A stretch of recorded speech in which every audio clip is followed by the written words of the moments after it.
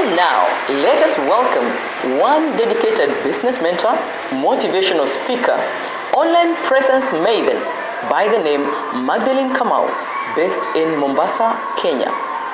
If you have missed the previous messages, please check www.finewealth.me. Welcome on board. Good. So number 5. My number 5 point is lock horns with your fear. I know you're thinking like, I'm gonna be scared. I may not work so well in this.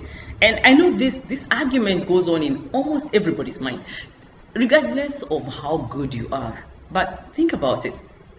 So you've got yourself and you got your fear. So this is self, and you keep knocking at fear. That's what I'm recommending. Like, keep banging at your fear. Keep confronting your fear. Why?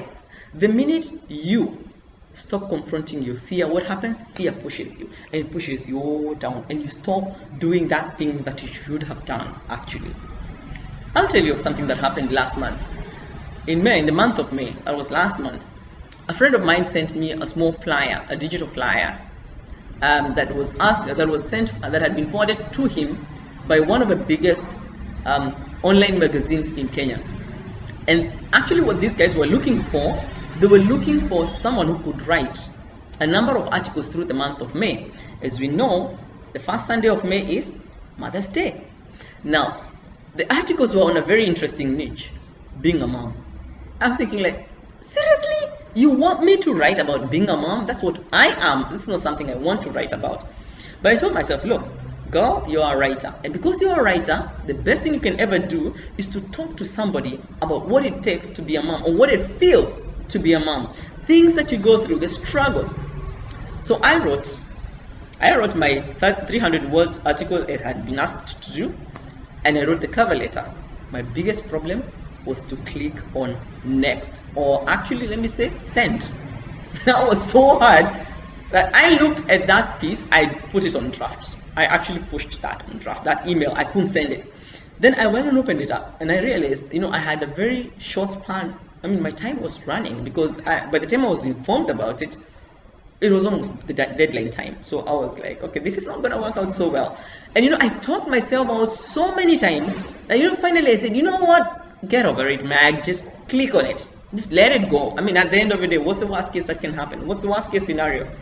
They're not going to answer? Well, not so bad.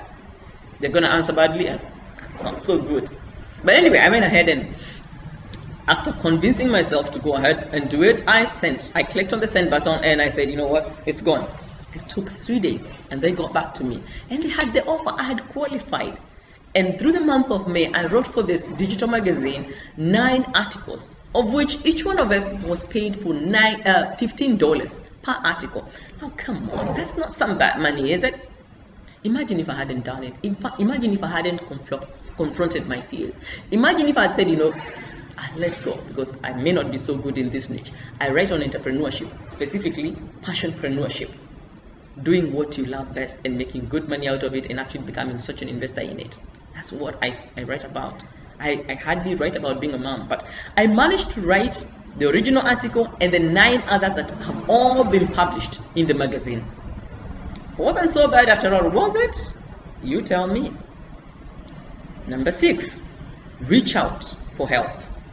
I know you're thinking, okay, so now I need to go and tell people what I'm doing and ask for help. Yeah, that's what I'm recommending. That's exactly how insanely I'm recommending you to do. I want you to look at the people around you, people who've made it, your role models, people who are doing things that you really, really admire, and ask them, how do you do this? How do you go about it? How are you making it? I know at one point you're thinking, okay, now if I do that, won't I look so stupid? Yes, you will. But being stupid has never killed anybody. Looking stupid has never killed anybody either. So why don't you stop looking so smart and go out and ask that heck of a question? Go and ask that guy who does more or less the same thing like what you do, and he has made it in life. Go and ask him, how exactly do you do this? How do you pull that big crowd? How do you get all your audience going like, we want more, we want more? How do you do that? Why? Because it's the only way to learn. When you ask questions, you get answers. And don't get tired. Ask the first person, ask the second question, ask the 18th person until you can get what you're asking for, until you're comfortable to go on with it. But when you're doing it, don't wait until all answers are given. Keep doing it and keep asking. Perform. Go give your gig and ask for a feedback. That's called asking for help. Anytime you tell people, I want you to evaluate me when I finish doing what I'm doing, that's asking for help.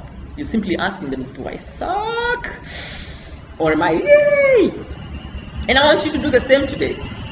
I want you, when you finish watching this video, to rate me down here. I want you to go like either thumbs up or thumbs down and leave a comment. Why? Because that's the only way that I can know whether I'm good or I'm terrible. So reach out for help. Don't act too smart. Besides, you'll never be too smart. There's always someone who is way better than you and someone you can learn from. So number 7, pursue excellence. I know you're thinking like, you're overrating it now. No, I'm not. I'm simply not overrating it. If I didn't care about you this much, I wouldn't tell you this.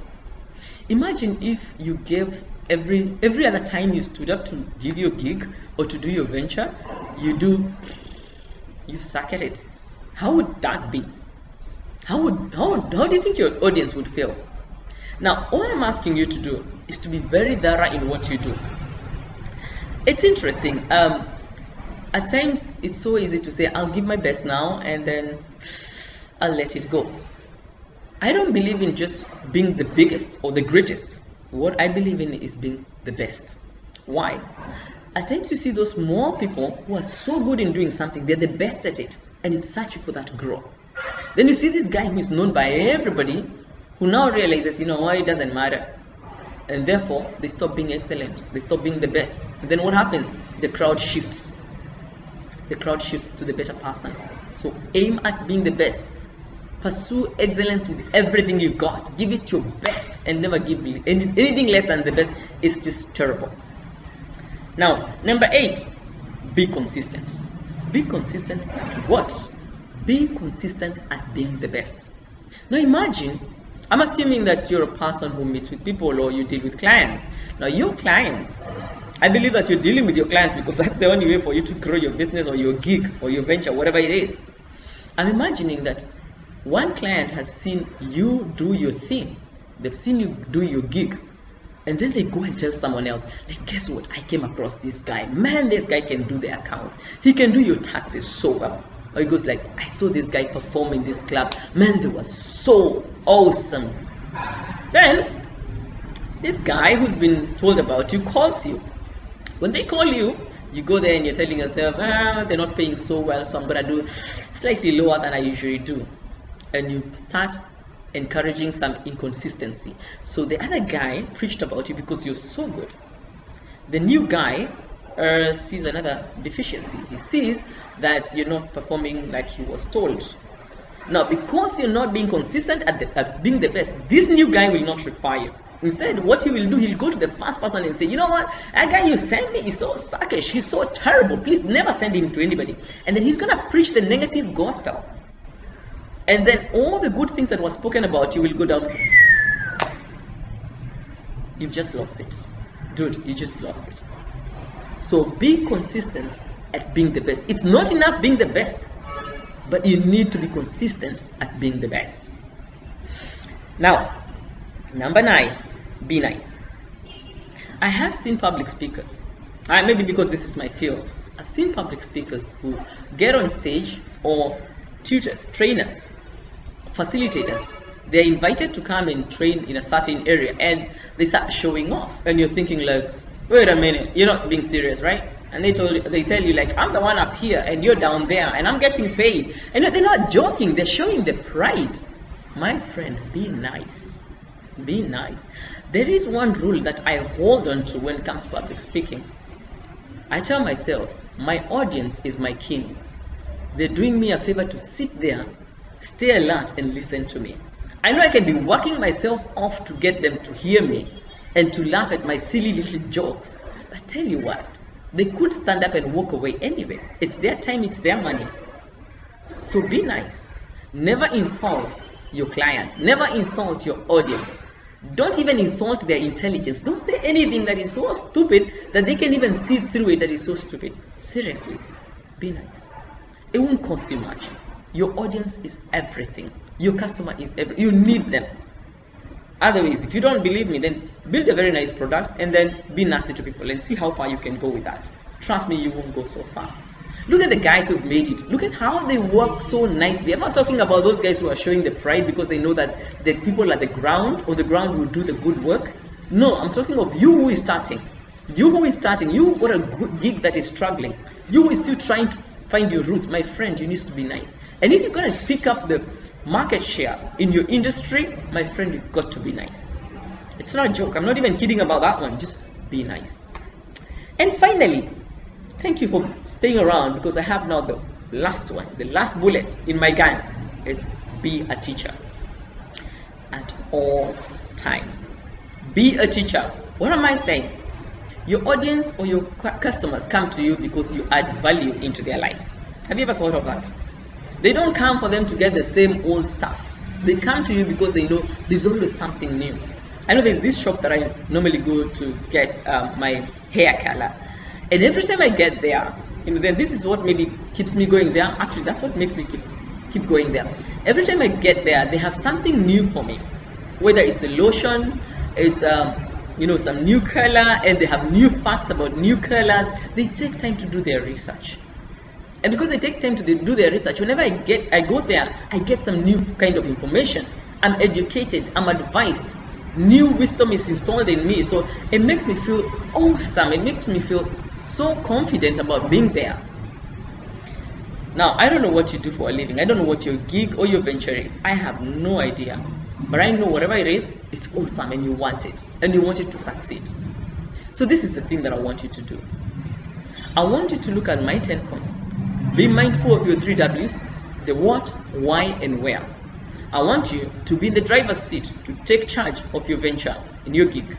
I want you to do what you love. Please stop doing things that you don't love and spending so much time on them.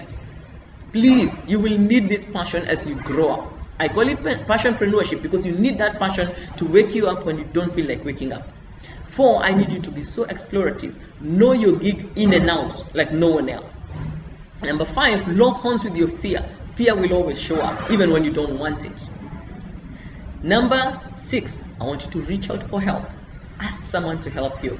Look for help everywhere and anywhere you can get it. Number 7, pursue excellence.